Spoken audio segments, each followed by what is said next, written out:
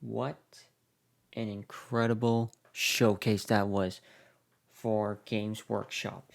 Where do we even begin to explain all these? Oh my gosh, this is just beyond wonderful, beyond amazing. It's just, my gosh. So, for this, I'm only going to be focusing the stuff that I'm interested in, because that's mostly going to be a lot of Warhammer, not really much in the Age of Sigmar, except for that. So welcome to the video. Now normally when people talk about the showcases, they talk about the models, their thoughts and everything. For me, I'm just going to straight up talk to you what I'm going to do with these models and my plans for them. So let's begin. So starting off with the Leagues of Votann models, I am not going to do much with them. If I do get this guy, I'm going to keep the helmet on. This guy is going to be so much fun. I think what's really nice is the Ironkin Steeljacks. These guys are going to be great because my homebrew Leagues of Votann, they don't have many kin, so they have to rely on Ironkin instead.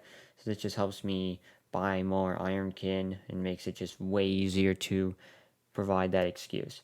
Also, I love that in the show they talk about that these things are just mortars. They just, instead of like shooting them in the air, it's in the ground, which is just insane. And I love this little thing. I know people make jokes about it, but for me, I just like the little warthog, I'm going to call it. I'm probably going to have one of them and call it the Pumbaa, based off of Red versus Blues, so that's going to be very cool. Oh, and I gotta say, this Codex cover art for the Votann guy who survived the Tyranids, bro, is just straight aura farming right there, and it is just awesome. And of course, you have the Combat Patrol, which definitely seems very nice to just pick up and get.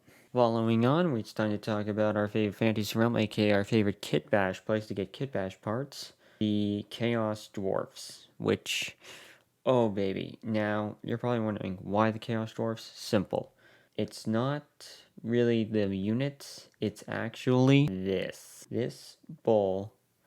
Oh, I have plans upon plans. So, as you know, in Warhammer 40k, you can have a cyber-like demon. Imagine taking this and kit bashing a great unclean one with it. Oh my gosh, how cool would that be? It would be the most absolutely coolest thing ever. Literally give it little legs, there's the belly, everything like that. It would just be so cool, and I can't wait to make a little cyber demon out of that. It's gonna be awesome with this model. He's even got the flails, the fire for stank. It's just chef's kiss, beautiful. On to the Horus Heresy. Now, for me, I'm definitely thinking I'm not going to pick up the Horus Heresy 3.0 box set. Mostly because I just don't see myself using this stuff, because I like to have models that I can use for both 30k and 40k, parts rise and everything, and the Saturn is just, I just don't see it. I'm not feeling it or anything like that. Oh, but these guys. Oh, baby. A Mark II Assault Marines. Oh, man, I can get... Oh, I can get very, very creative with these guys. For starters, they have Boulders and Chain Axe, so boom, World Eaters with a little bit of kit bashing. Death Guard, I know I don't think that's possible, but you know what, screw it, I want to make one fly. And so it's just one of those so much fun things, because I do find these Turbine packs the coolest packs, jump packs, out of all the other jump packs, so that's cool. And finally, we have the big summer preview, the Live from the Black Library, their newest series for the Warhammer series, the Horus Heresy, the Ashes of the Imperium, the Scouring, which will be the next big event happening in Warhammer 40k. For those of you who don't know, lore-wise, this is after the Siege of Terror, that's part of the Horus Heresy, and this is going to be a series that the multiple authors are working on, and it's one of those things, like, when I first saw this, I was like, oh my god, this is awesome, because this cover art alone is just amazing, because Lily Gilman, who wasn't even at the Siege of Terra, he was on his way there, but due to Terra being lost in the warp through the Siege of Terra conflict, they were just trapped, so it's like, where's Terra? Meanwhile, you have Roldan, who's been through hell and back, and he's just right there, all destroyed. Look at him, his armor's all busted and everything, because he had to defend Terra, but on top of that, get into the desert with Khorne, overcame the Khorne thing. Keep in mind, I have not read the End and Death volume of that whole thing. For context, I've only heard people talk about it, specifically Valarak, So, and it's just one of those things. It's just beyond cool. Just these two brothers and the energy they both give off is just incredible in this picture. The artist truly did an amazing job, is what I would say. Because no, he did the extra mile. Look at this. This is just insane. The memes alone in these past 2 days have just been insane. It's like my parents arguing, the siblings or the family gathering of the two uncles arguing, the whole family. And it's just amazing. Not to mention, just everyone here is just absolutely incredible. It really is just one of those pictures that's just like, my gosh. And it's just amazing. Everybody's here. Gilman shows up. Dad's no longer a thing. It's one of those things like it truly captures just a magical moment in Warhammer 40k. Alright, and now it's time to talk about the characters coming to Warhammer. So already we have the Vulcan Hestan, the Relic guy. I really don't see any, I'm probably not going to get the model. Same goes for Lysander. I don't see any meaning of me getting it. Same goes for the Arkanshala, which I thought was, keep in mind I also listen to Valak, so I thought I was going to be the Horus Heresy guy, but no, not the choice. But I will say this guy's armor is just amazing. He is truly dripped out. I would say the beak helmet he uses is pretty good. I might try to get that for my one character. But otherwise, this is a really good representation of the Raven Guard, and this really provides me a good idea of what exactly do I want my chapter master to look like for my homebrew chapter as well. And it just looks amazing. Now, but this one's going to be great. My game plan is to definitely take this model, turn it into a Tech Marine for my third company because they use Terminator armor, and he'll just be the Tech Marine for them. I think I might do a little kit bash and everything like that, put a little claw or something here, definitely remove that, and that, to clean them up and everything. The helmet will be my main issue because I don't think there's a Terminator guy, so I'll have to get creative with that. Maybe find a 3D part or something and make it unique. White Scar guy on a jet bike, I have no issues with that. I don't know, I'm not interested in that. These combat patrols, though, I really want to talk about. I'm gonna say it right now. Welcome back, Battleforge boxes for all the different chapters. This just gives me those vibes, but it's just been scaled down for combat patrol. And a lot of them look really, really promising, and look at all of them. And it's just awesome, but I'm definitely seeing a lot of Gravis armor being utilized. So I feel like they're trying to get rid of the Gravis armor at this point, which I don't blame them. It's just kind of funny. Overall, these combat patrols look really nice. I think I'll definitely get the Imperial Fist one, just because that is just perfect for what I need. And maybe the Salamanders one, but I don't know for sure. Overall, these are some great model kits, and they look really nice. Again, RIP the Iron Hands. You guys deserve better than this. But hey, you just gotta keep your head up. Am I right? But yeah, like these combat patrols are gonna be very nice for people to get their hands on and buy.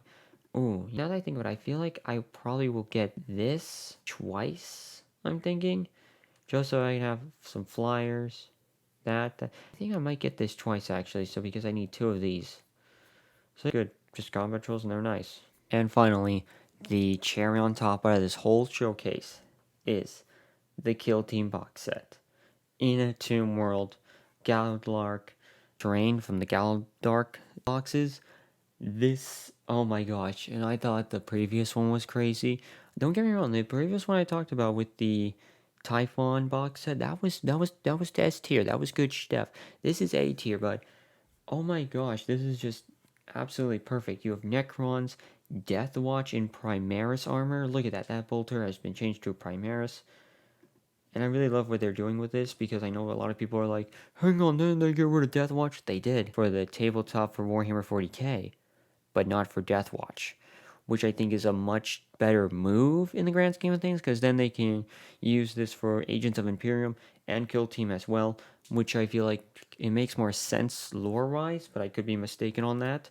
Let me know in the comments down below if they actually do send in more than a 5-man Deathwatch Kill Team. But yeah, I really love this because it's literally just Deathwatch from the Veteran Deathwatch pack that was like 5 Marines and everything. Instead, you get this, which is just amazing because you can make 10 Marines out of this box set, and it just has all of these weapon options, bolters. it's just beyond amazing to see. And not to mention you have the Death Watch drip on with the leg arm, with the wrist thing. And so it's better than definitely that little upgrade sprue instead, in which you just had to swap out the pauldron, and that's it. For me, I purchased 2 of those, but I need that because my Death Watch squad I made composed of about 20 Death Watch Marines. I know that sounds a little crazy, but that's just because my OC Inquisitor, he wanted to make sure he had one. It's great. I also had to make a video about this, but essentially it was one from each of the legions with a bonus one, both loyal and traitor, so 20 in total. Each one reflecting on an ultramarine, salamanders, using a successor, that kind of thing. But overall, this is nice. Get some other kits, do some kit bash, it's amazing. I think the big thing for me is that bolter right there makes me super happy to see, because that is just chef's kiss right there, because that bolter, Cumby Flamer, I remember it from the old box, and I thought that was the coolest thing ever. And I just love seeing in this beautiful Primaris furniture now. It's just absolutely amazing. Come to think of it, I noticed that this one has a half crest, no crest, and this one has the crest. So I wonder if I can just find, it's flat, that's not flat. So that's cool. So that's how they've changed the Deathwatch pauldron, and that's how some kit bashers can use their upgrade sprue that they have. They can change that as well. As for the Necrons, I do want to show